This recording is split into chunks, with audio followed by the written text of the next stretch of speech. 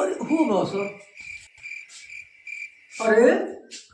mighty के परीक्षा बा का याद कइल बड़ा सन सब याद कर ले भाई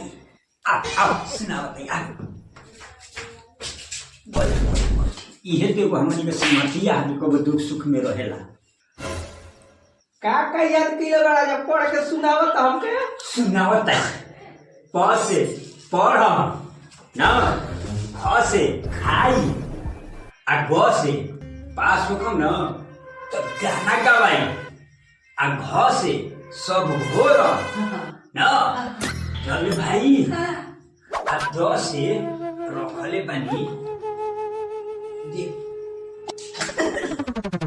खुद बड़े द से मारम ये दवाई जवन है मैट्रिक के परीक्षा में हमारे के मास्टर पास ना कर तो हमारे शराब लगी मर जाए मार